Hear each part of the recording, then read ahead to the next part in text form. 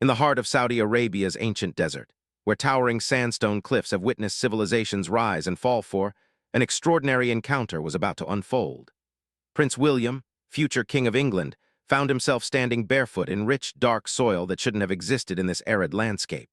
Around him, emerald-green crops swayed gently in the desert breeze, defying everything the world thought it knew about farming in one of Earth's harshest environments. This wasn't a royal photo opportunity or a carefully orchestrated diplomatic visit. This was the moment when tradition met innovation, when ancient wisdom collided with modern necessity, and when a prince discovered that the future of food security might lie buried in the sands of Al. What he was about to learn from a group of pioneering farmers would challenge everything he thought he knew about sustainability, agriculture, and the power of human determination. The story that unfolded over the next 3 days would reshape not only his understanding of environmental stewardship, but also ignite a movement that would ripple across continents. This is the true account of how an ancient oasis became the birthplace of an agricultural revolution, and how one royal visit became the catalyst for change that the world desperately needed. The morning sun painted the sandstone mountains of Al in shades of gold and amber as Prince William stepped out of the air-conditioned vehicle into the crisp desert air. The temperature was perfect, a rare gift in this corner of Saudi Arabia where the ancient Nabatean civilization once thrived.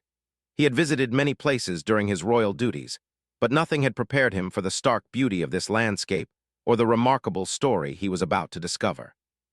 His guide Al, a weathered man in his 50s with hands that told stories of decades working the land, greeted him with a warm smile. Wore traditional Saudi dress, but his eyes sparkled with the enthusiasm of someone who had witnessed miracles in the desert. Behind him stood a small group of farmers, their faces showing a mixture of pride and nervous excitement at meeting the future King of England. "Your Royal Highness," said, his English accented but clear, "welcome to what we call the Impossible Farm." He gestured toward what appeared to be an ordinary patch of desert, but as they walked closer, Prince William began to see signs of something extraordinary. Small green shoots were emerging from the sand, and sophisticated irrigation systems snaked across the landscape like the veins of some giant organism. The prince had come to AlUla as part of his broader mission to understand and promote sustainable development initiatives around the world. His environmental work with the prize had taken him to many corners of the globe, but the invitation to visit these particular farmers had intrigued him.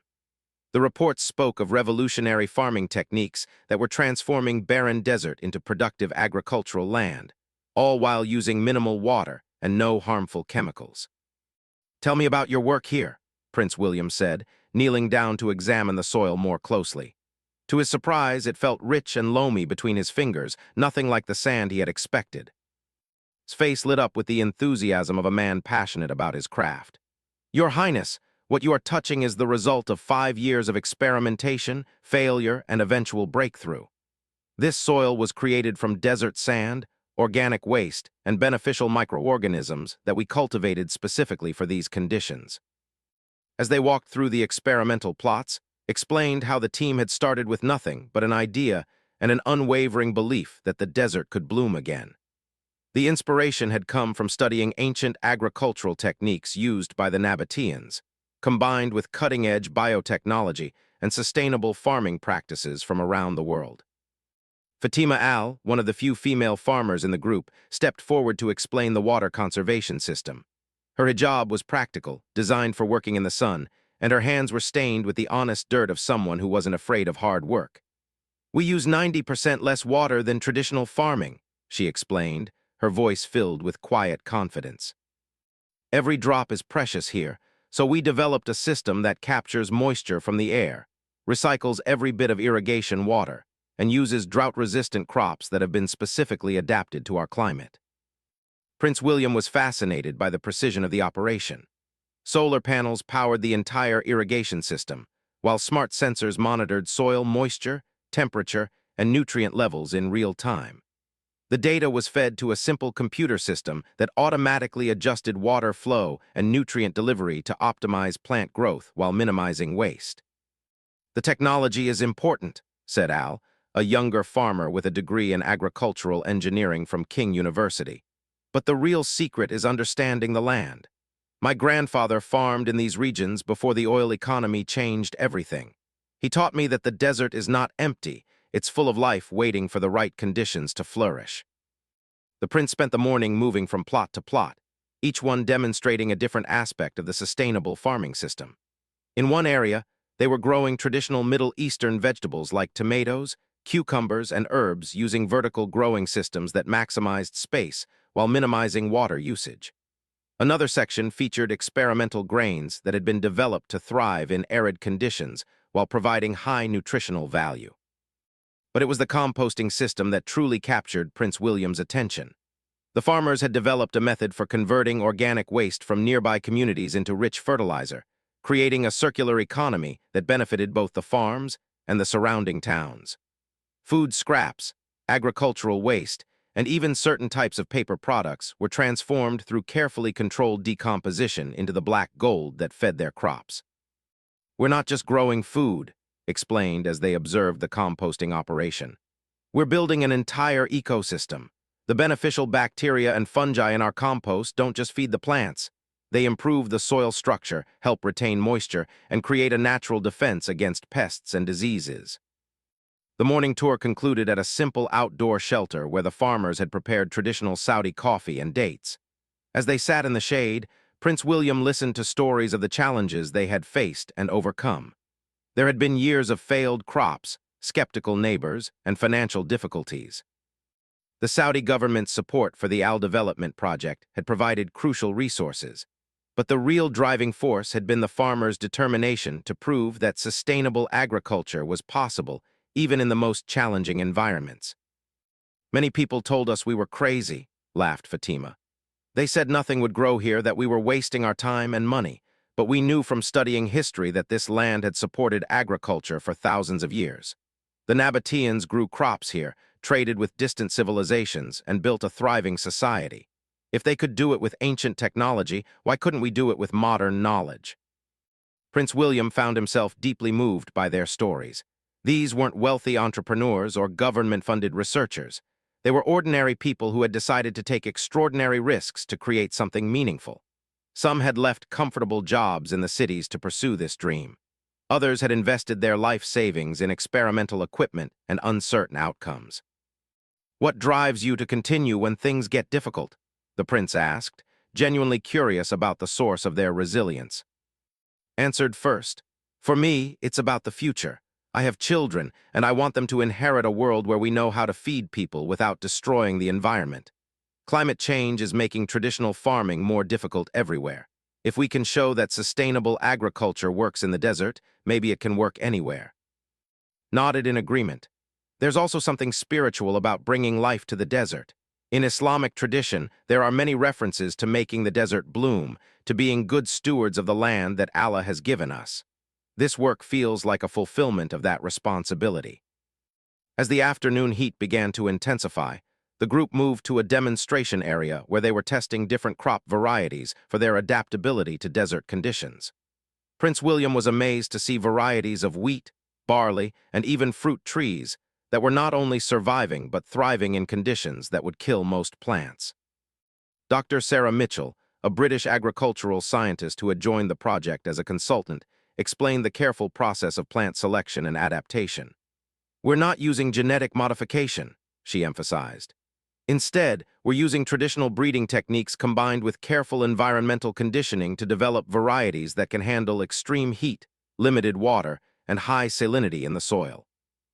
The afternoon was spent learning about the business side of the operation. The farmers had formed a cooperative that shared resources, knowledge, and marketing responsibilities. They sold their produce to high-end restaurants in nearby cities, marketed specialty products to health-conscious consumers, and were beginning to export some of their innovations to other arid regions around the world. But perhaps most importantly, they were training the next generation of sustainable farmers. A small group of young Saudis, both men and women, were learning the techniques and philosophy behind desert agriculture. Some came from agricultural backgrounds. Others were engineers or business students who wanted to be part of the solution to global food security challenges. "Knowledge is like water," observed as they watched the trainees working in the experimental plots. "It's only valuable if it flows and reaches where it's needed. We've learned so much through trial and error. Now our responsibility is to share that knowledge so others don't have to repeat our mistakes. As the sun began to set over the ancient landscape, painting the sandstone cliffs in brilliant oranges and purples, Prince William reflected on what he had witnessed. This wasn't just an impressive agricultural project. It was a living demonstration of human ingenuity, environmental stewardship, and the power of persistence in the face of seemingly impossible challenges. The farmers gathered around him one final time before he departed for his accommodation in the nearby Al town.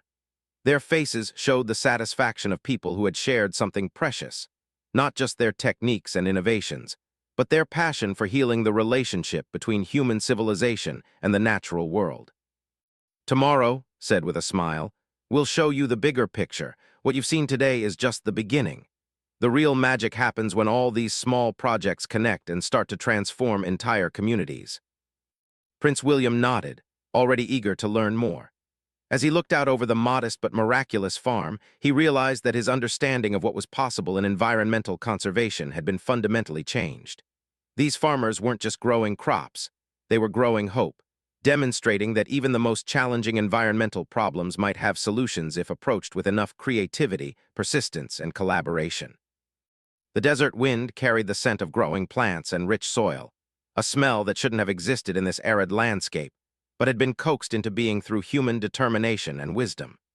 Tomorrow would bring new discoveries, but tonight, Prince William would sleep knowing that he had witnessed something truly remarkable, ordinary people doing extraordinary things to build a more sustainable future. The second day dawned with a phone call that would change everything. Prince William was enjoying traditional Arabic breakfast with his hosts when Al's phone buzzed with urgent excitement. The caller was Doctor, a Spanish water management expert who had been working with farming communities across North Africa and the Middle East. "You need to see this," her voice crackled through the phone speaker.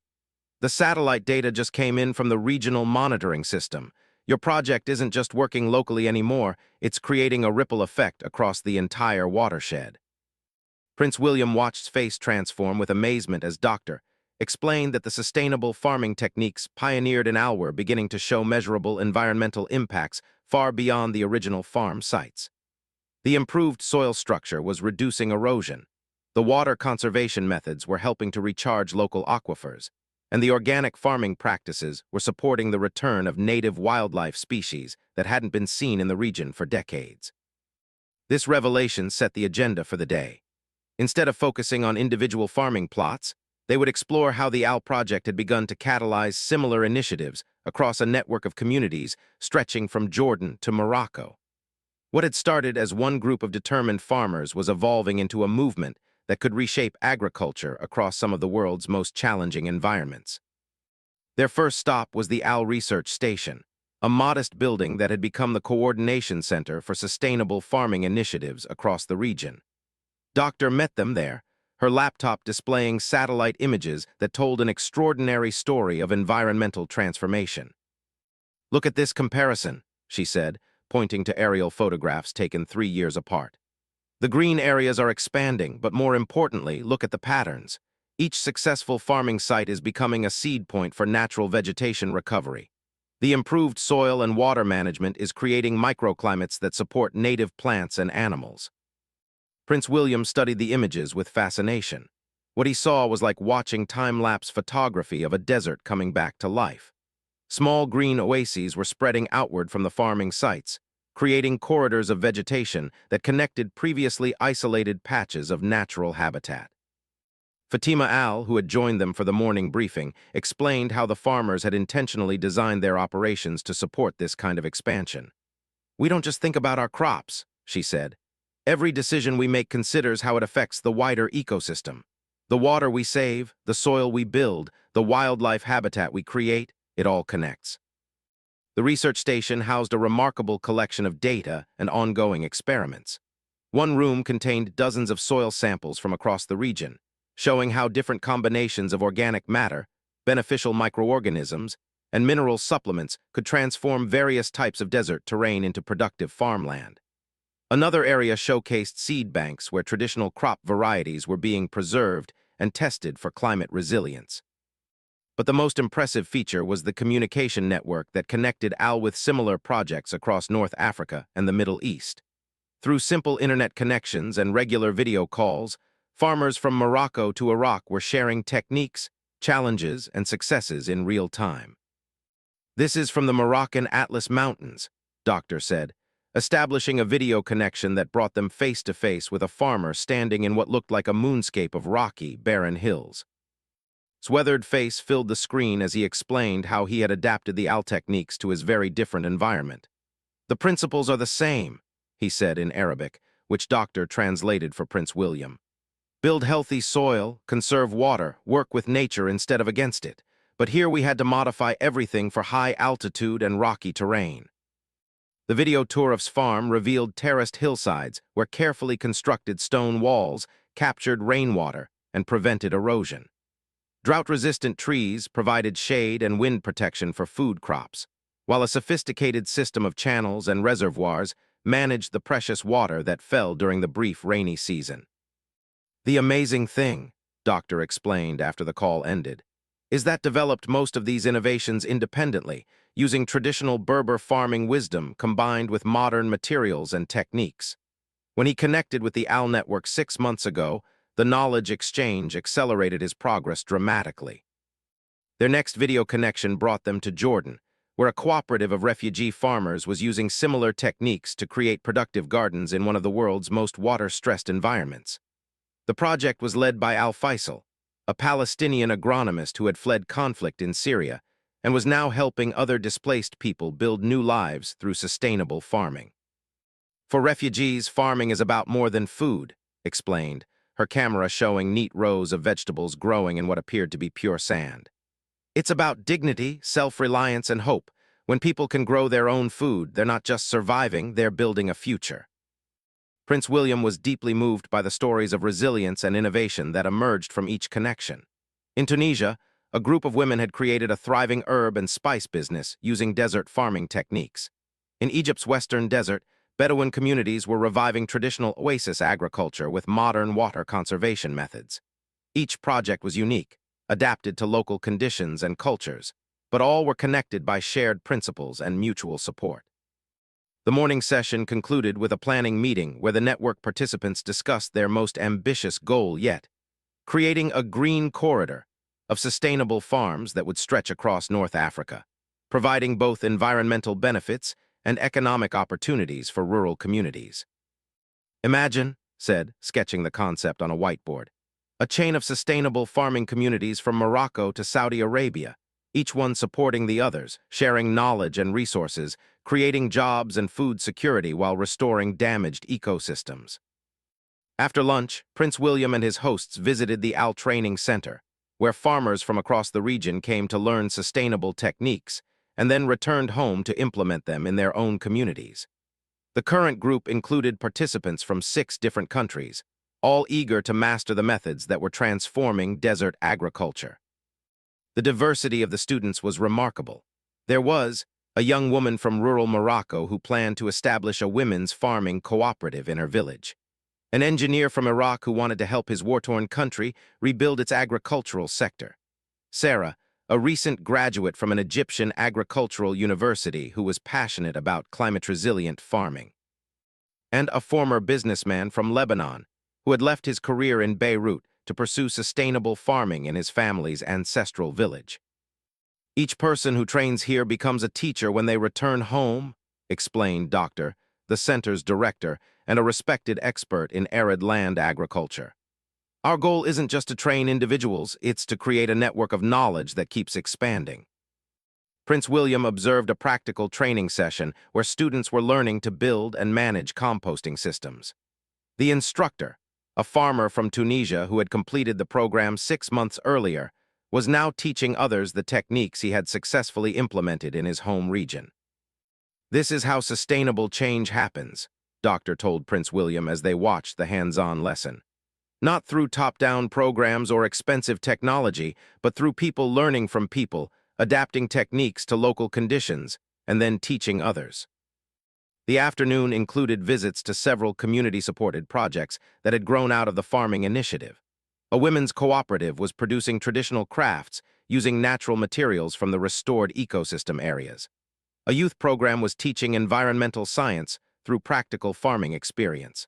A microfinance initiative was providing small loans to help new farmers purchase equipment and seeds. At each stop, Prince William encountered the same pattern: local innovation supported by network connections, traditional wisdom enhanced by modern techniques, and individual success stories that were inspiring broader community transformation.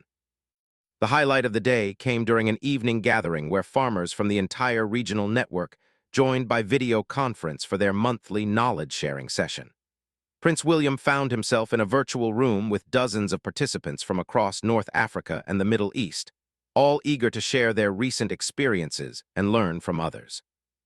The conversation was conducted in a mixture of Arabic, French, and English, with real-time translation helping everyone participate. Farmers shared updates on crop experiments, water conservation innovations, and community development projects. They discussed challenges like pest management, market access, and climate adaptation. Most importantly, they celebrated successes and supported each other through difficulties. "This is better than any university course," laughed from Lebanon. "Here we learn from people who are actually doing the work, facing the same challenges, dealing with real conditions instead of textbook theories." As the video conference concluded, turned to Prince William with obvious pride. "3 years ago, I was farming alone, trying to figure everything out through trial and error. Now I'm part of a community that spans continents. When I have a problem, I can call farmers in Morocco or Jordan who have faced similar challenges. When I discover something new, I can share it immediately with people who can put it to use." The evening ended with a simple dinner prepared entirely from ingredients grown using the sustainable techniques Prince William had been learning about. The flavors were intense and fresh, a testament to the quality of food that could be produced even in harsh desert conditions. As they shared the meal under a canopy of brilliant desert stars, the farmers talked about their vision for the future. They weren't just dreaming about better farming techniques. They were imagining transformed communities where young people could build good lives without leaving their ancestral lands, where environmental restoration went hand in hand with economic development, and where traditional knowledge and modern innovation worked together to solve contemporary challenges. "Tomorrow," promised, "we'll show you where all this is leading.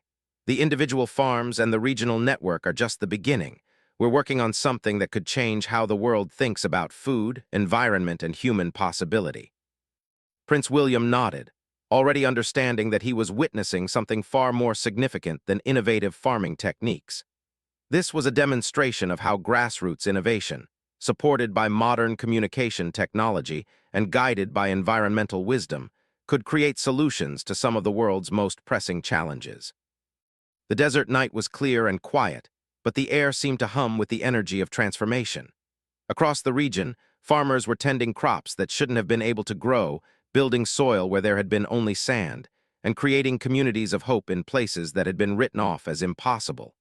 Tomorrow would reveal the full scope of their ambitions, but tonight was for appreciating how far they had already come. The third day began with an unexpected phone call from Cambridge. Dr. James, director of the university's Institute for Sustainable Development, was calling with news that would transform everything Prince William had learned during his AL visit from an inspiring regional story into something with truly global implications. "Your Royal Highness," Doctor's voice carried barely contained excitement over the satellite phone connection. "Our climate modeling team has been analyzing the data from your current location. The agricultural techniques being developed there aren't just solving local problems. They represent a potential solution to global food security challenges that we previously thought were unsolvable." Prince William listened intently as Doctor explained how computer models were predicting that climate change would make traditional agriculture increasingly difficult across vast regions of Africa, Asia, and even parts of southern Europe. Rising temperatures, changing rainfall patterns, and increasing soil degradation were threatening food production in areas that currently fed hundreds of millions of people. The AL model offers a blueprint for agricultural adaptation that could be implemented across these threatened regions, Doctor continued. But more than that, it demonstrates how environmental restoration and economic development can work together instead of competing with each other. This revelation set the tone for what would become the most significant day of Prince William's visit. Instead of focusing on local farming techniques, they would explore how the AL experience was being adapted and scaled to address global challenges. Their first stop was a meeting with Princess Haifa Al Faisal, who had been quietly supporting sustainable development initiatives across Saudi Arabia as part of the kingdom's Vision 2030 program. The princess met them at the newly constructed Al Global Innovation Center, a sleek building that housed research teams working on solutions to climate and food security challenges. "Your Royal Highness," Princess Haifa said, greeting Prince William with warmth and obvious enthusiasm for the work they were about to explore. "What you've seen here represents just the beginning of a transformation that could reshape how humanity relates to our planet." The Innovation Center contained laboratories where scientists were developing new crop varieties, testing soil improvement techniques, and refining water conservation technologies. But the most impressive feature was the Global Monitoring Room, where real-time data from sustainable farming projects across 6 continents was displayed on enormous screens. Dr. Maria Santos, a Brazilian agricultural scientist who served as the center's research director, walked them through the global data. "6 months ago, we had successful pilot projects in 12 locations," she explained. "Today, we're monitoring active implementations in 47 sites across 23 countries. The growth rate is accelerating because each successful site becomes a training center for surrounding regions." The wall displays showed projects from the Sahel region of Africa, where farmers were using AL-inspired techniques to prevent desert encroachment and restore degraded farmland. In Australia's outback, ranchers were implementing water conservation methods that allowed sustainable cattle grazing in areas previously considered too arid for livestock. In northeastern Brazil, communities were transforming semi-desert regions into productive agricultural zones, using techniques adapted from the AL model. But perhaps most remarkably, similar principles were being applied in urban environments. In Detroit, community groups were converting abandoned lots into productive urban farms using soil-building techniques developed for desert conditions. In Mumbai, rooftop agriculture projects were providing fresh food for millions of people while reducing urban heat and improving air quality. "The beautiful thing about these techniques," explained Al, who had joined them for this final day, "is that they're based on working with natural processes rather than fighting against them. Whether you're dealing with desert, abandoned urban land, or degraded farmland, the principles are similar: build healthy soil, conserve water, support biodiversity." Their morning tour included video conferences with project leaders from around the world. In Kenya, they spoke with Dr. Grace, who was leading efforts to restore farmland damaged by drought and overgrazing. Her project was providing training and resources to small farmers across East Africa, helping them adapt to changing climate conditions while increasing their crop yields. "The most important lesson we learned from Al," Doctor explained from her field office in rural Kenya, "is that solutions have to come from the farmers themselves. We can provide training and resources, but the real innovation happens when local people adapt techniques to their specific conditions and cultures."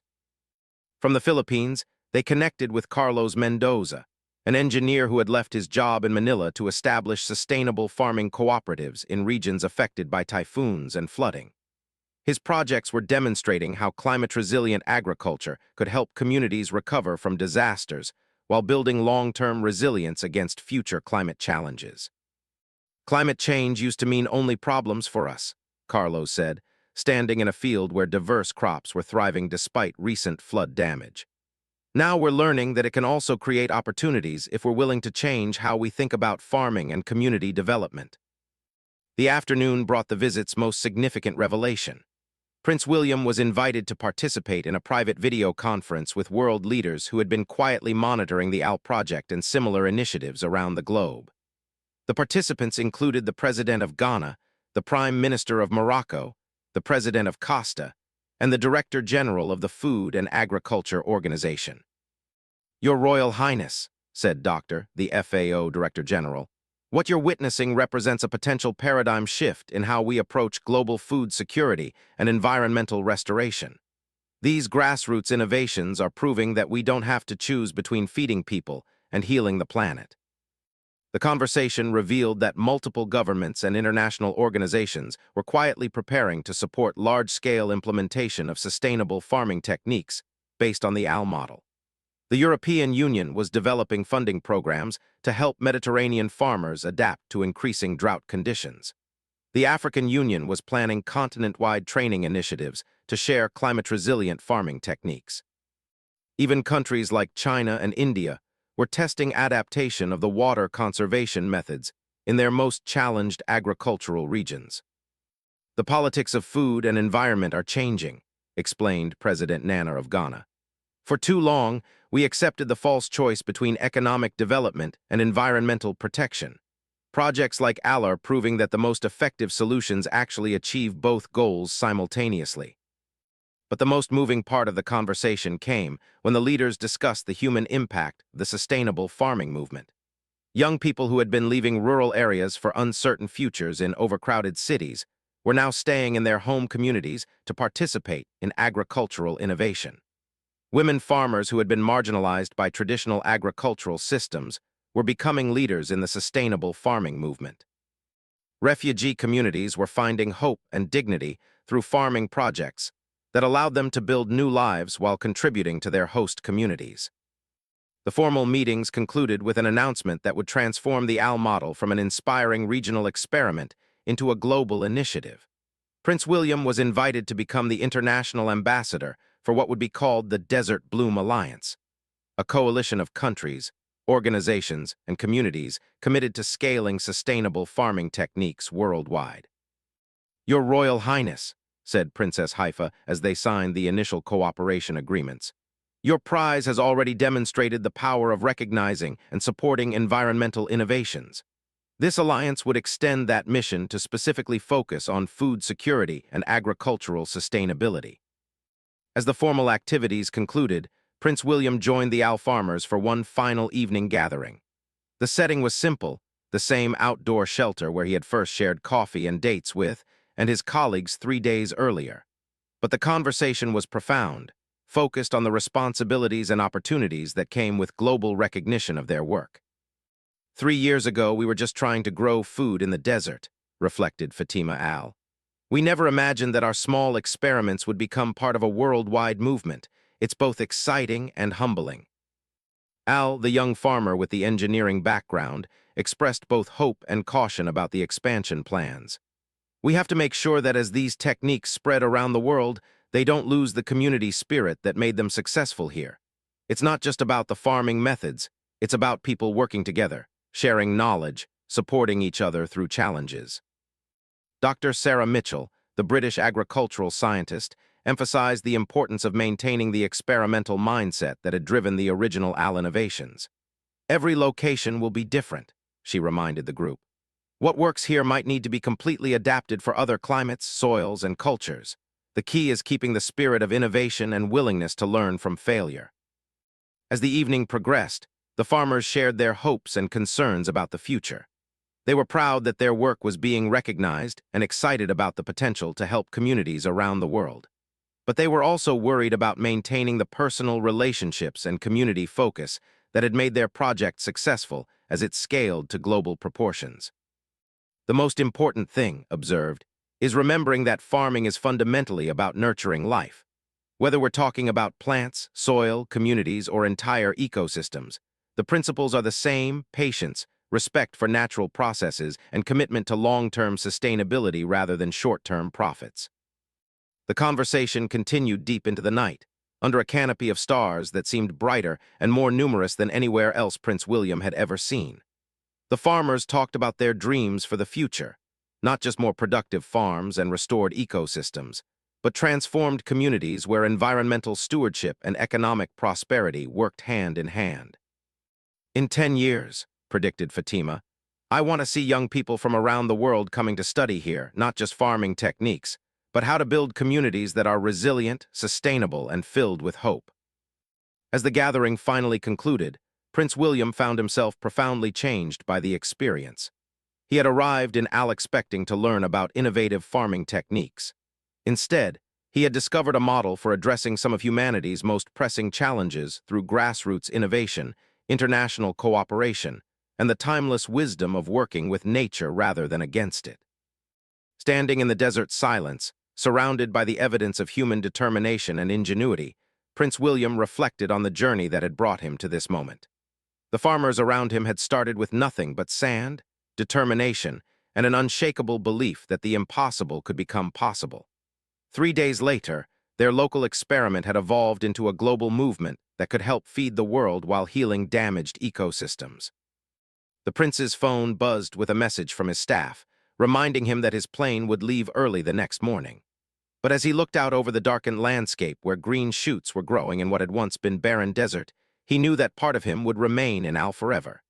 He had witnessed the birth of hope in one of the world's most challenging environments, and that experience would guide his environmental work for years to come. Tomorrow he would return to his royal duties, but he would carry with him the knowledge that ordinary people, working together with extraordinary dedication, could accomplish miracles. The desert had bloomed in Al, and now that same spirit of innovation and determination was spreading across the world, one farm, one community, one restored ecosystem at a time. In the final moments before departing for his accommodation, Prince William made a personal commitment that went beyond his formal role as ambassador for the Desert Bloom Alliance. He would ensure that the world knew about the farmers of Aland, the movement they had started. Their story deserved to be told, their innovations deserved to be shared, and their hope deserved to spread to every corner of the globe where people were struggling to build sustainable futures. The desert wind carried the scent of growing things, a miraculous smell in this arid landscape that spoke of possibilities yet to be discovered and dreams yet to be realized. The Al adventure was ending, but the global transformation it represented was just beginning.